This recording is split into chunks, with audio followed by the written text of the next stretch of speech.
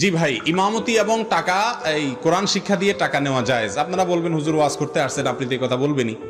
দেখেন ভাই, আবু বকর সিদ্দিক রাদিয়াল্লাহু তাআলা আনহু ইসলামী রাষ্ট্রের দায়িত্ব যখন পাইছেন, খেলাফত পাইছেন, তখন তিনি রাষ্ট্র পরিচালনা করছেন। এরই মধ্যে একদিন দোকান খুলতে যাচ্ছেন। তখন এইটি সম্ভবত বুখারীতে বর্ণিত হয়েছে এবং ডক্টর আলিয়া সাল্লাবি তার ইতিহাসের বেশ কয়েকটা বইতে উল্লেখ করেছেন। পথে ওমর রাদিয়াল্লাহু তাআলা আবু উবাইদুল জাররাহ রাদিয়াল্লাহু তাআলা দেখছেন, দেখে বলছেন যে আপনি কই যাচ্ছেন খলিফাতুল মুসলিমিন? বলে যে দোকান খুলতে যাচ্ছি বাজারে, আমার ব্যবসা খুলতে যাচ্ছি। বলে যে আপনি যদি ব্যবসা খুলতে যান রাষ্ট্র দেখবে কে?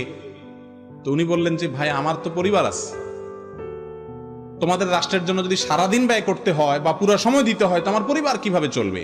তখন খলিফাতুল মুসলিমিন ওমর ইবনুল খাত্তাব রাদিয়াল্লাহু তাআলা আনহু, আবু উবাইদুল জাররাহ রাদিয়াল্লাহু তাআলা আনহু তখনকার অর্থমন্ত্রী, তাদের পরামর্শে আবু বকর রাদিয়াল্লাহু তাআলা আনহুকে রাষ্ট্রের কোষাগার থেকে ভাতা দেয়া হতো ইসলামী রাষ্ট্র পরিচালনার বিনিময়ে।